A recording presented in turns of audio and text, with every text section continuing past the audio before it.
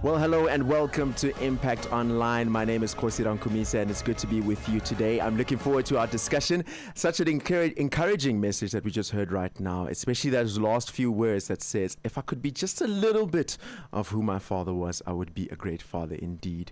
And I'm looking forward to the discussion that we're having tonight, speaking everything fathers matter and moving into episode 4 of our discussion. A couple of weeks ago, I brought in a statistic as we spoke about this, about almost 70%, if not more, of black children are growing without their fathers. A huge number of children, when they registered for them being born, were born without their fathers being present in that moment. But what we realize is that there's quite a number of barriers that play a part to them being in their lives, being present in their lives. Various issues, from interpersonal issues, from issues relating to culture and society, so many things that keep our fathers back from being present. And today we're going to continue this discussion speaking about what is it that's holding fathers back from being present. And I'm looking forward to having you join me in this discussion. I say that because you can be able to send me a message on WhatsApp on 071-364-0376. I'll be monitoring all those messages as they come in, or alternatively, you can leave a comment on the YouTube live chat that you might be seeing on the right-hand side of your screen. And I'm looking forward to having you become a part of this conversation beyond the conversation that I have with Desmond Chauke. Desmond Chauke is from Heartlines, speaking everything fathers matter. Desmond, it's so good to have you joining me today. How are you doing? Hi, Desmond, can you hear me?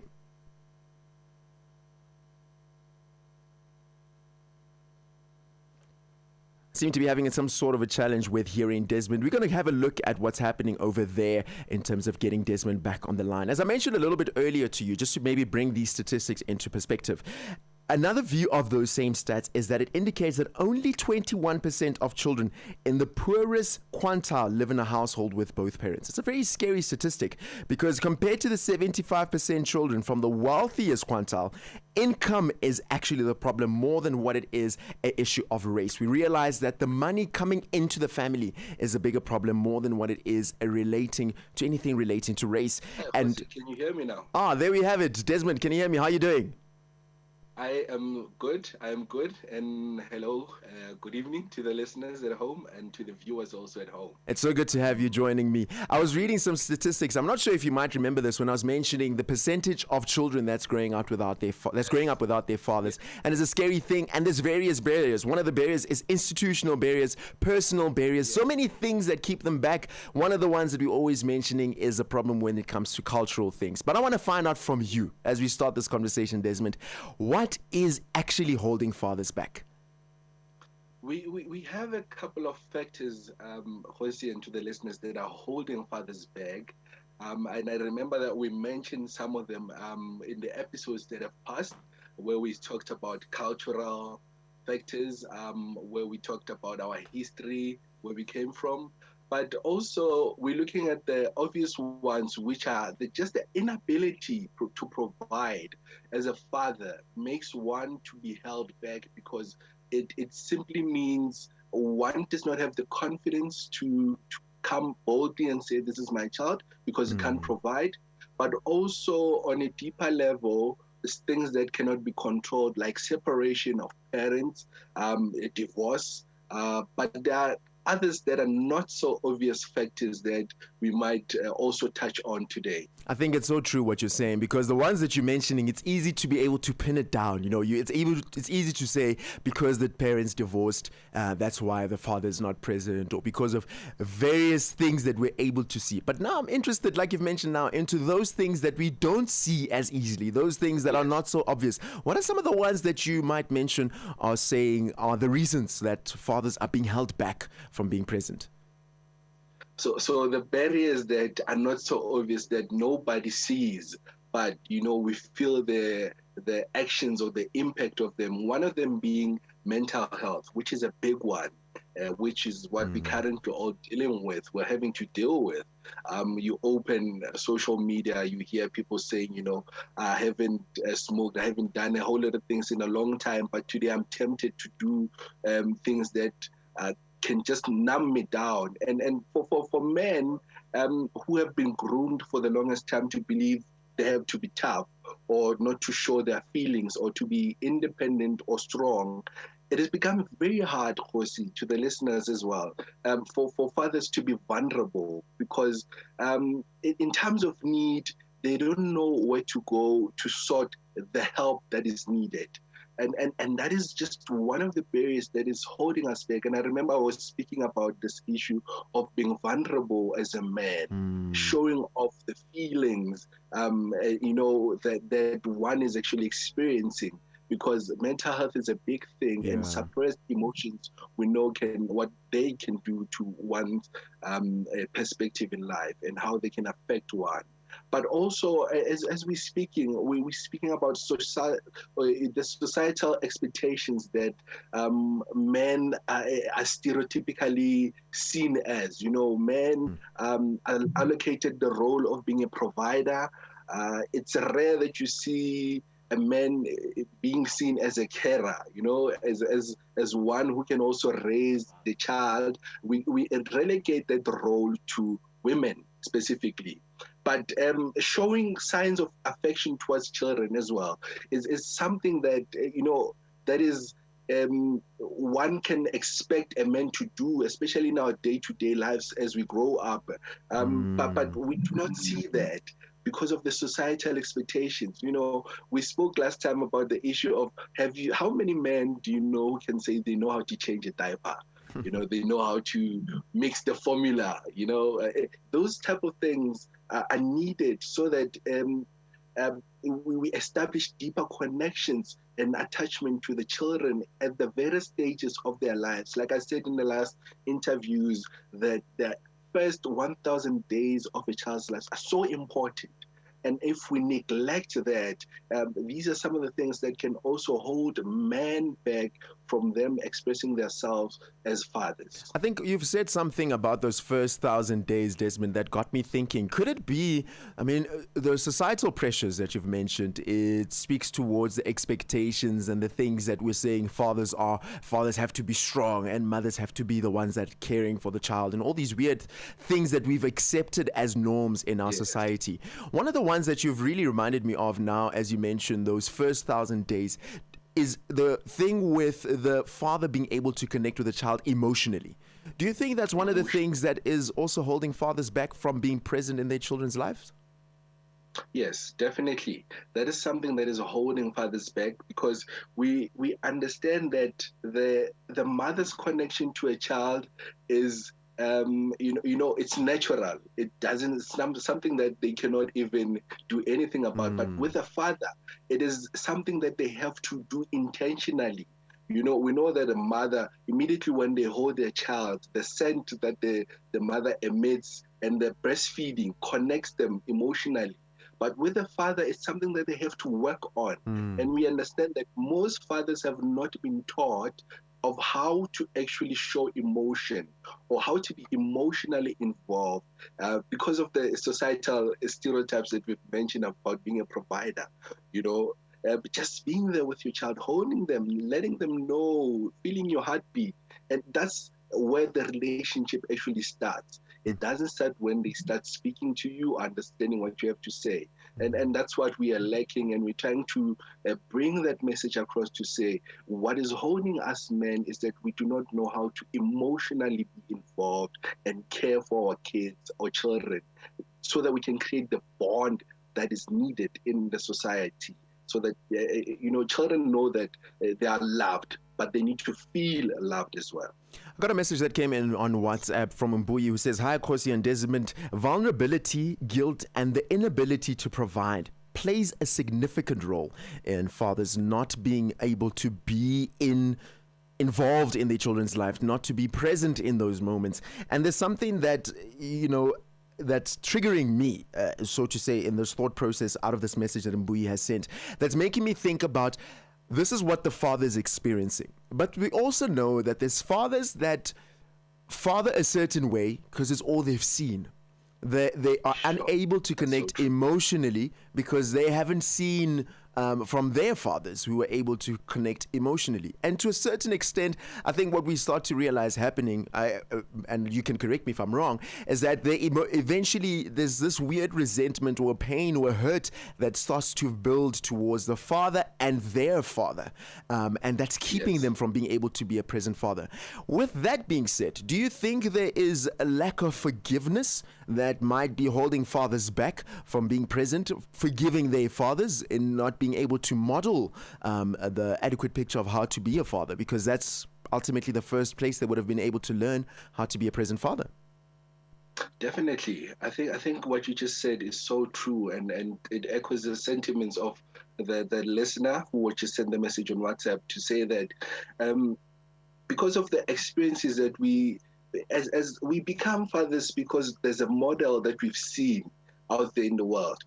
Now, if a model that you see out there is not of a positive role model, there's often a sense of bitterness, a sense of abandonment, especially if you've not had a father in your life. And it deals negatively and affects an individual so negatively that they actually do not know what else to show to their own children. And that is the challenge right now, to say, this is all that has been modeled in your life. You've seen violence, you've seen anger, you've seen resentment, and you've seen a lot of hatred. How do you then become a person who does not repeat those mistakes that you've seen others do? And hence, we are speaking about the forgiveness that is needed, especially as you go into your own fatherhood journey.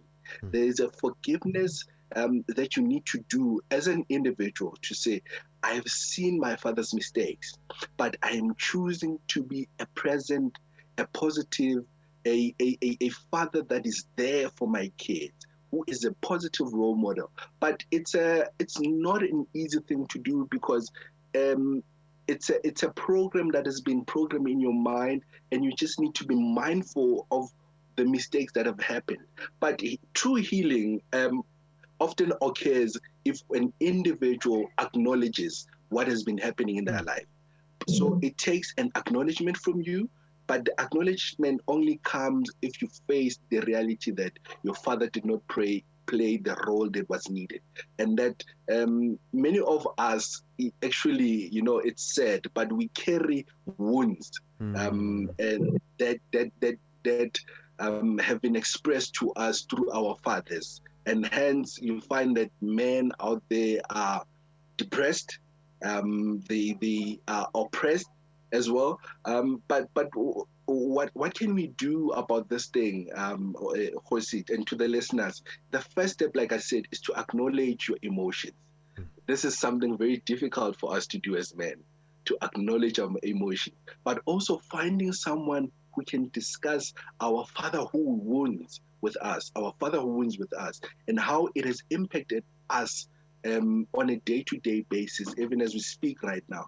Perhaps this is someone who is a partner, someone who is a counselor, someone who's a therapist who can heal those wounds. But as a new creation in Christ, I would like to also encourage people to also look to Christ to heal the wounds, to speak to Christ about the memories that we carry in our hearts, in our minds, because he gives us a new identity in him.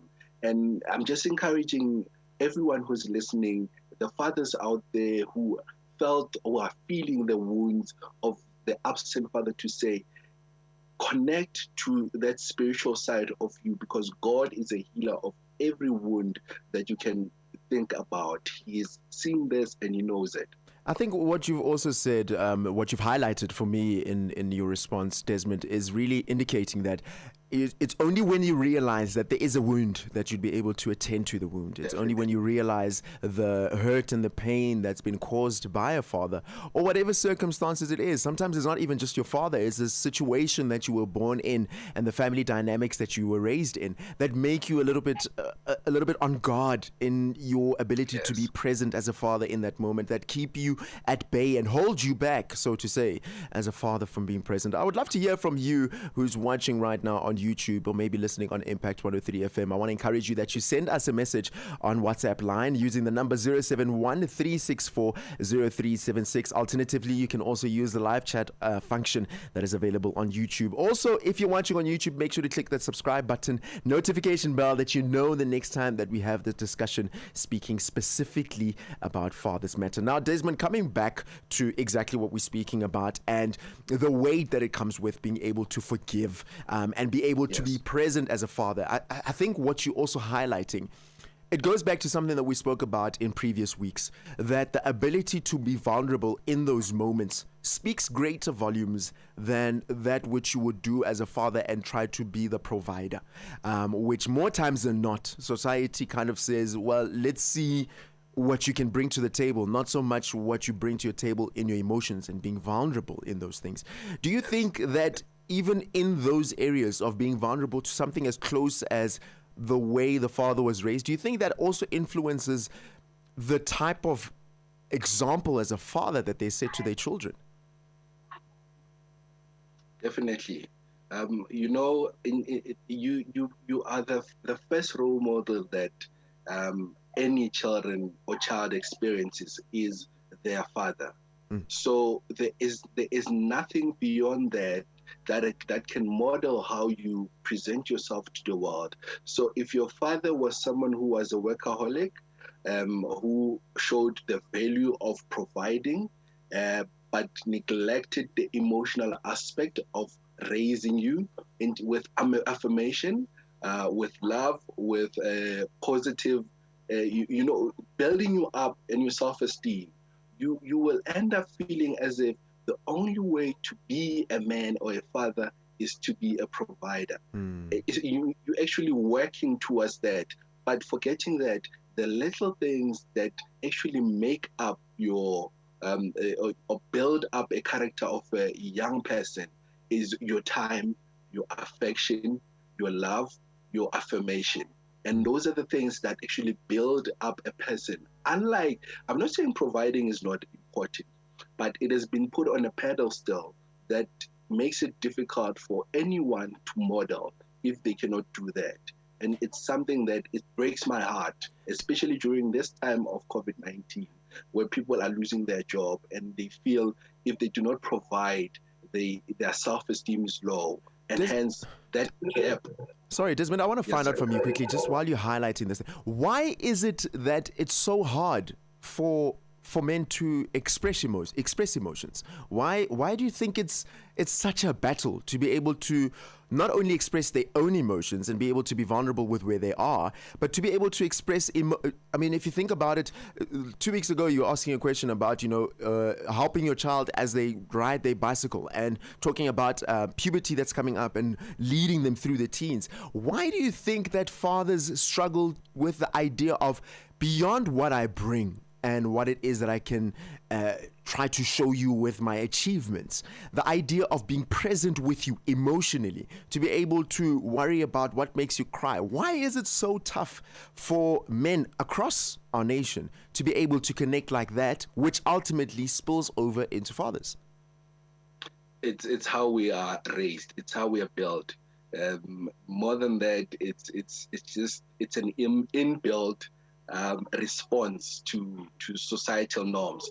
I mean, if you think about it, even in the way one is raised, if I'll give a typical example, you come home and you are crying, you're expressing your emotions to your mother or your father, the first response would be, why are you crying? You are a man. You are not supposed to cry. Now think about hearing those words for a period of your teenage years, teen years, up until you're an adult. And you get to a space where you are told, be vulnerable, and you ask yourself a question, what does that mean to be vulnerable? Is it the same thing that my father told me when he said, do not cry? Or what does it mean? So it's an unlearning to learn something new. And when you realize that you are now learning to become vulnerable, it's a scary place to be, because you are stripping off your masculinity according to societal norms, and you are going to the essence, which is being vulnerable with who you are. And as men, we fail dismally to do that. because we try to portray a picture that says we are strong, even when we are not. And hence, you're experiencing right now, I know it's beyond the realm of our topic, but you're experiencing men who are committing suicide at a high rate because they are unable to confront the emotional pain or the emotional being that they are, which can set them free. But because they are afraid to strip the masculinity, they stay in that corner of saying, I'm a man, which is a hard place to be. Unlike you saying to yourself, let me be vulnerable and find a safe space to express myself and speak about what is eating me. Because there's a whole lot of men out there who are experiencing a whole lot of things, but they are unable to speak about it. The first step is to challenge yourself about your emotions, speak about it, be vulnerable, which is something that we fail, most of us, because it's not part of our upbringing, it's not part of our societal norms. Even as men, as we said, nobody will say, I'm struggling, gents, I need help.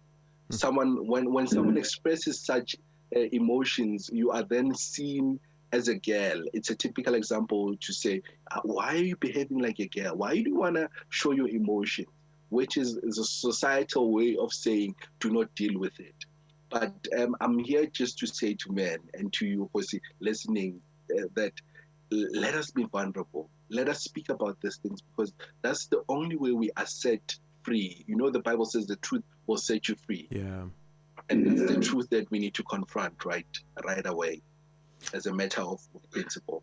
I think also, Desmond, in what you've said, I think it's such a painful dichotomy that it sets up of the pull between the two, of wanting to, become this better man, become this available man, but also having to face the reality of having to unwire something that you didn't realize was embedded so deeply in you, which requires you to be able to forgive so many people, to be able to just close chapters and face traumas and face pains so that you can be able to be present in this day and age. Thank you so much for highlighting that. But now I want to focus on a father or someone who might be listening right now, or a family member who might be listening right now and is thinking about a father who isn't present, who might be thinking about the idea of coming back into the family structure, coming back into the family picture, and coming to a place where they want to be present. What do you say to that father? Sure. First words that I'll say is it's a long walk to freedom. It's a journey. And the most powerful thing that a father can do in their situation is to firstly look at themselves and forgive yourself for not being there for your children, because you are still going to face backlash. So once you forgive yourself for not being involved for whatever reason, then, and to accept that it's a personal responsibility that you did, and the potential damage that your absence has caused, especially in a child's life, depending on your lack of presence therein. And that's the most powerful thing you can do, is to forgive yourself. But secondly, Kgosi, and to the listeners at home, is to commit to walk the journey of returning to your children's life, because it's going to take a it's a lifelong journey. This will not be easy, but take the first step. And this step might be, you might experience a lot of rejection, let me put it like that, and anger, frustration, but then you need to then commit to try and seek forgiveness from your children, obviously their partner and whoever else is involved. And I think that's the first step to actually dealing with this, with you not being involved in your children's life. And I think that's the hardest thing for men to do. They want to go back, but the fear of rejection, the fear of experiencing the anger that is coming from a good place, seeing that you were not in that space for a long time. That's the most important thing. But forgive yourself first. Forgive yourself for not being there, and learn to then walk the journey of commitment. Obviously, you do that with God on your side, because we cannot walk the journey of reconciliation without God. I think that's the most important thing that we can do. You've said something so important, Desmond, as we're wrapping up our time together. You said, commit to walk the long journey of returning to your children. And I think that's something we can definitely take in terms of whatever it is that is holding fathers back. The journey towards eventually being back. You just have to commit to walk that long journey of returning to your children. Desmond, thank you so much for your time this evening. I'm looking forward to us continuing this discussion next week, Tuesday again. Thank you very much, sir. Thank you very much. Let the people catch us on Facebook, Yes. on Fathers Matters website as well, for more information and just to seek clarity and just for us helping you to walk the journey, this hard and long journey with your children. To be able to know that they're not alone. Thank you so much, Desmond. Really, really appreciate that. Really appreciate it. Thank you very much. That's Desmond Chauke from Heartlines, speaking all things fathers matter. And man, oh man, what a packed evening it's been. It's been one that's been taking fathers or men from different walks of life just to the journey of realizing that, hey, there's a long walk in front of me and I must just commit to walk that journey. As he mentioned earlier, do make sure that you get their details by visiting their website, which is www.fathersmatter.org.za, or alternatively, you can check them on Facebook or Twitter using the handle @HeartlinesZA, and make sure that you journey with them. Also, you can also just send a message on WhatsApp. Send the word hi to their number, which is 060-058-2107, and make sure that you're not alone, that you are reminded that there's someone who can be there present with you. Up until we meet again next week, Tuesday, 6 o'clock all the way till 6:30, right here on Impact Online TV. This is goodbye and good night from me, and a reminder to all men that you are not alone. Commit to walk the journey of returning to your children. Goodbye.